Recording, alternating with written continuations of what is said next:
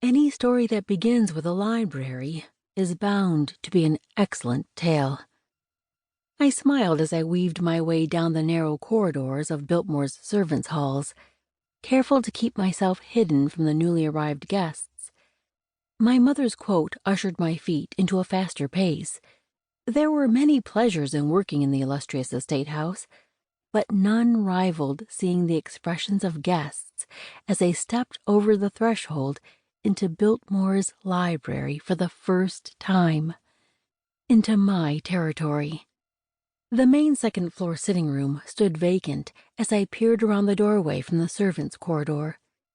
Early morning stillness blanketed the room like the sunlight through the tall eastern-facing windows of the grand stairwell, giving the dim passageway a sleepy golden hue. Nothing stirred, not one movement.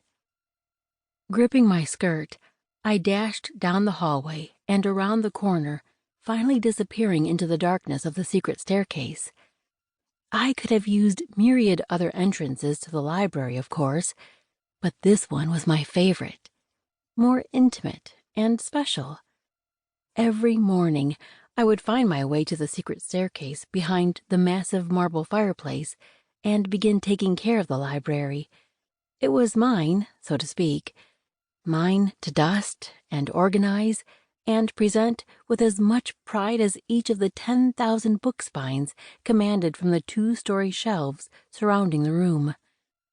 It was due to Mother that I obtained such a coveted position as the bookmaid. Mr. and Mrs. Vanderbilt had been kind enough to allow me to assume her position when she grew too ill to manage it, and I would not take the opportunity for granted. How could I? I was entrusted with a page-ridden wonderland. Few people appreciated such an appointment as I did. Books breathed to me.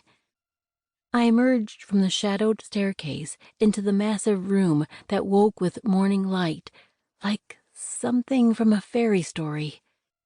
My gaze immediately moved to a shelf to my left that held some Brothers Grimm, Anderson, and even MacDonald, though most of the fairy tale stories were scattered throughout the rest of the house, also under my care.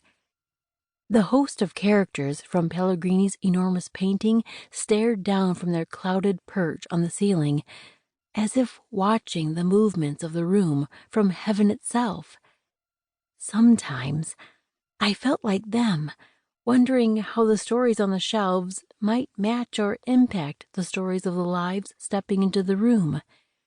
It was a fascinating study, a beloved pastime, and a welcome entertainment for a servant who loved books and lived to be invisible.